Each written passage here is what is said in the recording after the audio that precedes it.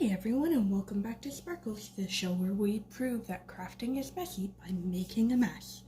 I'll be honest, I wasn't actually intending on filming a second video tonight, but I am just so super excited about this kit that I tried to go to bed and I just couldn't stop thinking about it. So I'm back because, yeah, I need to do this. I'm just that excited. It's one of those kits. Or it's because it's a Christmas kit. I love Christmas.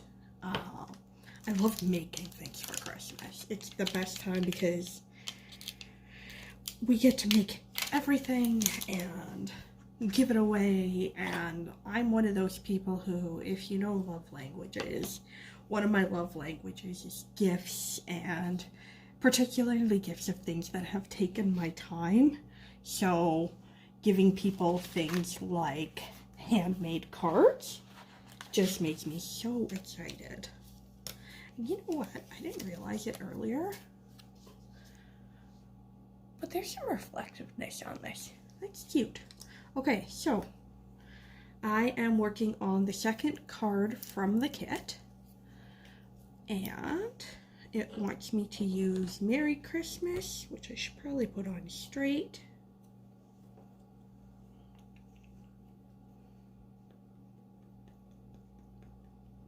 Get nice and with that inked up.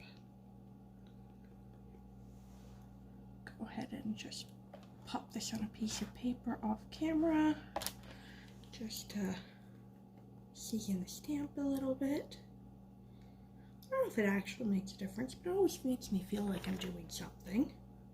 So the first thing this says is to pop down Merry Christmas.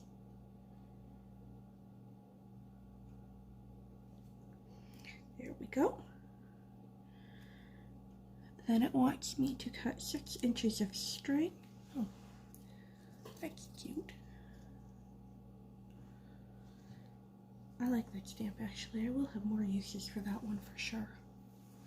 And I've just got some baby wipes here to clean my stamp with, because that's my habit. This is quite the color of green. I will admit the last 3 months, this is my 3rd month of Paper Pumpkin. How have 3 months gone by? So the last 3 months, the stamp colors have been kind of a greenish, a purple, and another green.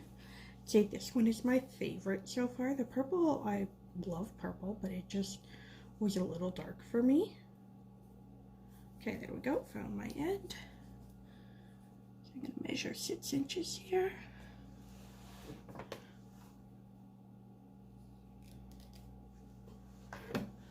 Give that a cut, and they want that tied into a bow.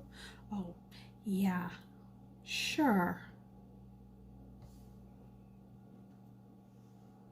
I wonder what their plan is with that. I'm not good at bow making, guys. So, if you have a trick for making a cute little bow, please let me know, because I really am not the best at this. But let's go. So I just folded 2 little rabbit ears and tied them in an overhand knot, and we will see where that gets us. Again, I am not a bow maker. It's the reason you don't see a lot of bows on my cards, and that is because I tend to make whatever the heck this thing is.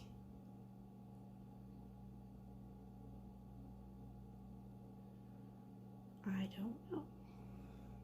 Okay, well, let's see. This one wants a really cute photorealistic background with all this great silver highlight on it. So I'm loving that. I actually really like this background. It's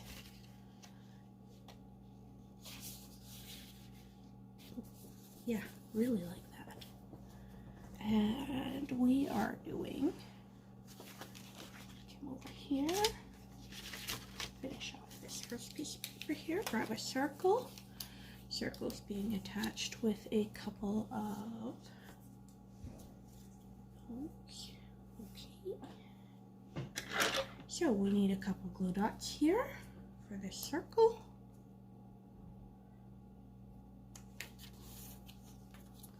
I don't know, there's something about Christmas. I love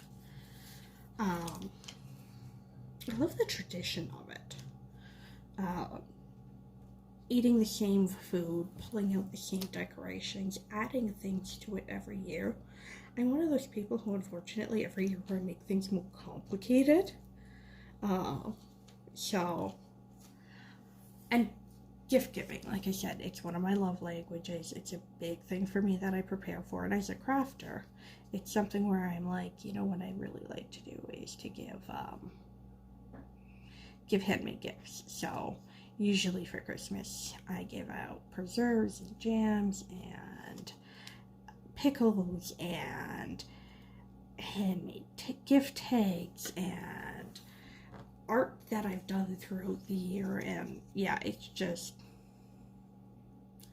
nobody's left behind at my house. And usually there are, I'm actually this crazy person who has a couple of generic gifts that I wrap up every year. Well, like I get new ones every year because every year somehow or other I end up needing them. Where I make up some generic gifts, and just in case there's somebody who brings a +1 or shows up at the last minute, so that there's nobody stuck with nothing to unwrap. And somehow or other, every year I end up needing it. So always grateful I do that, but I'm never 100% sure how it is that there are always extra people. No, I totally am. It's because my door is open to everyone. Everyone can tell you that that's just how I am. I like a sense of community, and it's funny because growing up I lived in a big city, like really big city, or the suburbs of a really big city, but I spent most of my time downtown anyways. Toronto, in case you're wondering. Which for Canada is like one of our biggest cities. And so I grew up in Toronto. Now I'm living in what's technically a city, but I swear to God, it's the biggest little town you'll ever live in. You can't go to the grocery store without someone knowing your name, which is kind of cool, I'll admit. There's something intimate about this town. So I'll pop that down there. And I kind of like that. It's the kind of place where I just randomly invite the neighbors over, because it's been a long time that we've been stuck in the same building and there's not a lot of other people we get to see, so this is what we do. Yesterday it was oh, this lines up nicely too, eh? Yesterday we did a whole big come shopping at my house place because my dad had gotten a ton of food and was sharing with everyone, and so we went ahead and did that.